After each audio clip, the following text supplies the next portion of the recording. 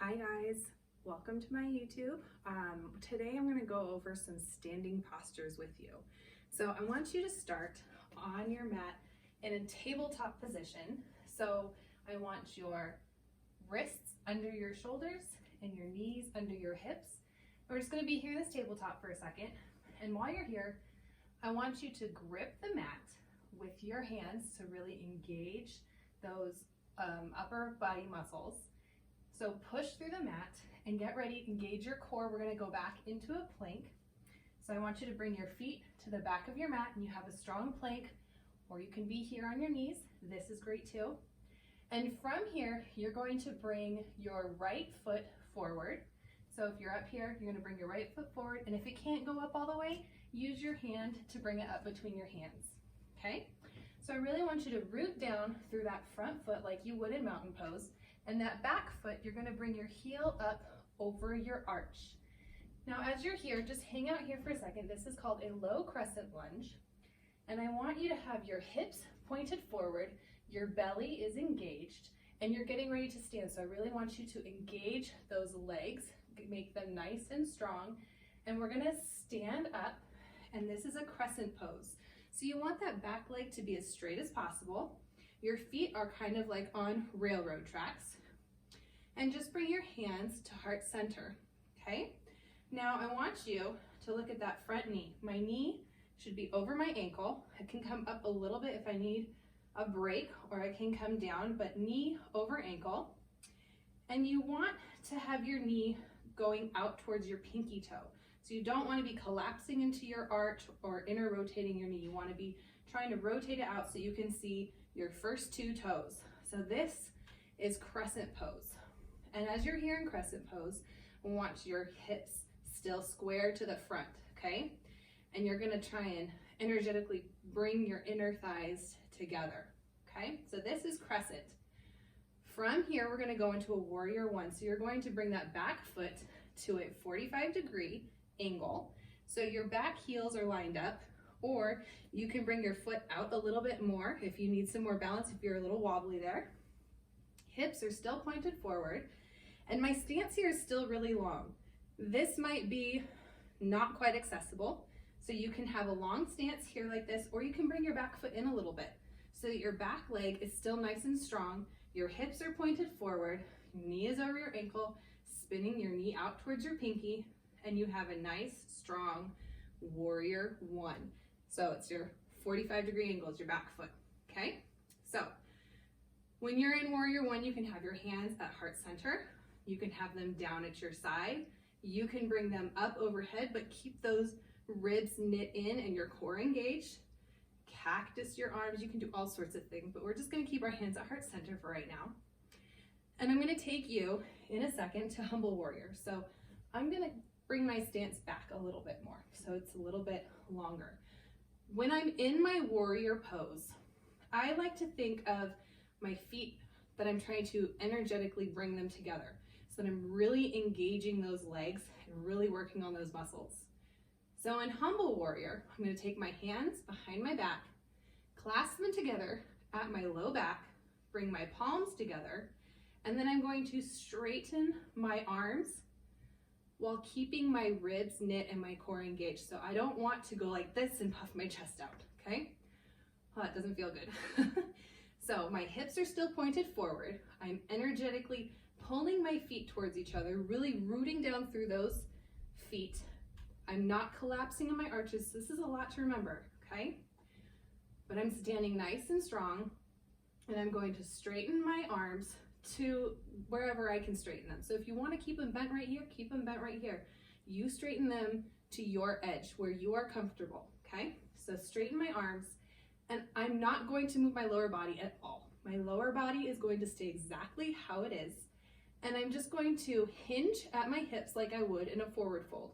So I'm just going to hinge forward at my hips, and I'm in a humble warrior. So my hands are still together. They are now overhead, and my shoulder is at the same, it's touching my knee, okay? So you can stay right here, or you can come down a little bit lower, but you want same shoulder to same knee And I don't want you coming forward. I want your hips to stay right where they were in a warrior one. So if you stand back up, you're still in that warrior one stance. Okay, so let's try that again. So we're in our warrior one, hands behind our back, clasp them together, palms together. So stay right here, or straighten your arms and then hinge forward at your hips. So you are in a warrior one, or a humble warrior with still warrior one footing, okay? Oh, come back up to stand. Bring your hands to heart center. Now, we're going to straighten that front leg, and you can keep your feet like this, or you can bring your back foot in a little bit, maybe even turn your back foot forward a bit more. Hips are forward, and we're gonna do a pyramid pose. So my hip points are still forward. You can get some blocks if you have blocks, because we're going to fold in this position into a pyramid. So I want you to make sure you're not locking out your knee. Maybe put a little micro bend in your front knee so you don't overextend, okay? Engage your muscles. Continue to energetically try and pull your feet together so it really engages those muscles. It will protect your knee.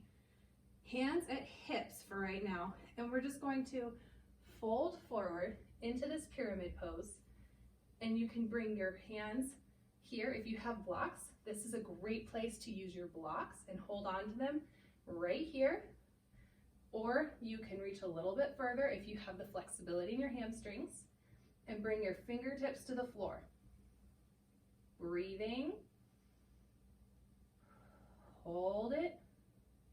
Engage your core and come back up to stand. Good.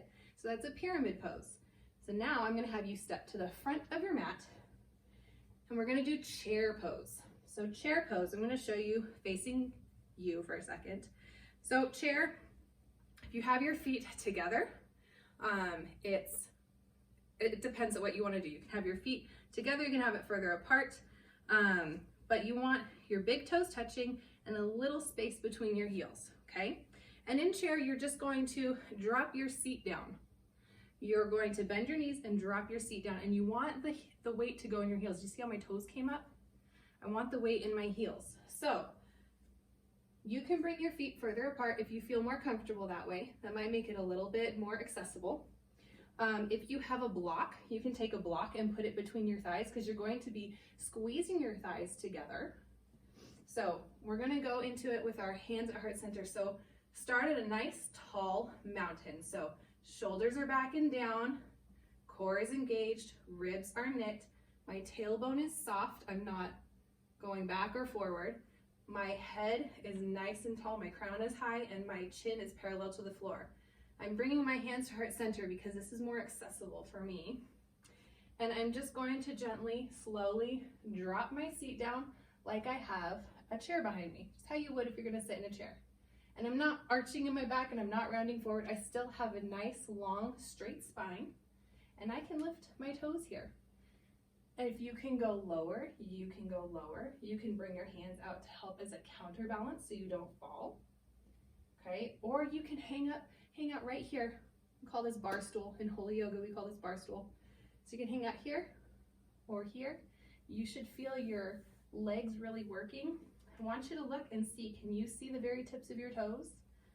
And your knees need to stay together, because if you're in this pose and you start taking twists and other things, you want your knees to stay together. So pretend that you've got super glue on your knees and they're stuck and they can't move. You want your knees to stay together, okay?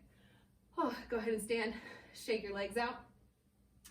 Now we have to do the other side for those ones, right? So we're gonna do crescent, warrior one, humble warrior, and pyramid and chair. So those are 5 poses that we're gonna go through on our left leg. So you can either just step back or you can go into plank. I'm gonna go into plank, okay? So I'm in a strong, sturdy plank. On my knees is a good, strong, sturdy plank. And I'm gonna bring my left foot up between my hands, okay? So I'm getting ready to stand up into crescent. So again, heel over the arch of my foot. My front knee is over my ankle. And I've got my hips pointed forward. They are square to the front. I'm engaging my low belly, my abs, my core, and I'm going to stand. So I'm now standing and I can see my 2 toes because I'm trying to bring my knee out towards my pinky toe. So we'll just stay here for a second. Breathe. How you feeling?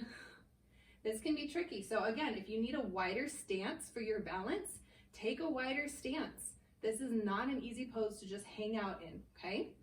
So now we're gonna go to a warrior 2. So we're gonna spin our back heel down and our back foot is at a 45-degree angle and you can stay here. But if your hips are trying to turn, which they will, you gotta bring them back forward. So maybe shorten your stance a little bit so that your hips can stay forward. You don't want them to turn out. That's a different pose. So hips are forward, warrior 1.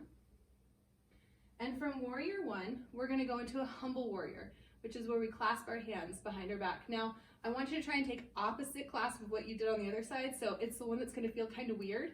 So if you had your right finger over your left, I want you to switch it, okay? It'll feel kind of weird, but we gotta do both sides and balance both sides. So palms together at your low back, straighten your arms to the extent that you can do without puffing your chest.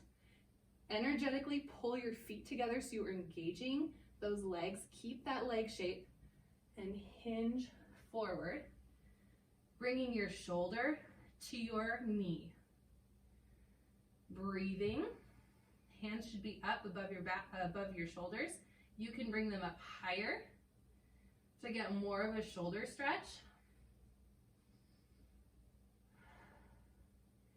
And come back up to stand. Straighten that front leg. So you can stay in this longer stance or bring your back foot in a little bit more. You can have that back foot at the 45-degree angle or have it facing more forward. So we're going into that pyramid pose.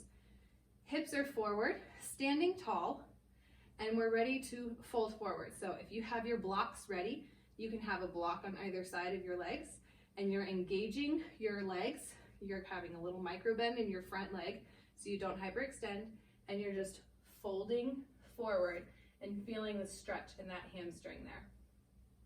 Hips are still pointed forward, and you can bring your hands to your blocks, to your mat. You can even bring your hands to your shin. Don't put a lot of weight on, just kind of so helping you keep your balance. And then step up to the front. And we'll do chair pose on this side too, just because we already did it. So again, bring your toes together, heels apart a little bit, or you can do wider stance. And we're just gonna sit back in our chair, or you can sit back in your bar stool. So you're standing nice and tall in mountain, and you're just gonna drop your seat down. Hands to heart center, or if you would like to extend the lever, you have to, this can be pretty tricky. If you have tight shoulders, this might not be very accessible to you. This is not my favorite way to do chair. I have tight shoulders, so I like to keep my hands at heart center. Some people like to bring their hands down, kind of like wings, and stand. Good job, guys. In my next video, I will do a little bit more of a standing sequence, but I wanted to give you a little bit to work on. So go ahead and run through that a couple times. If you have any questions, let me know. I'm happy to answer them for you, and I hope that you now know how to do a strong crescent, warrior 1, humble warrior, pyramid, and chair.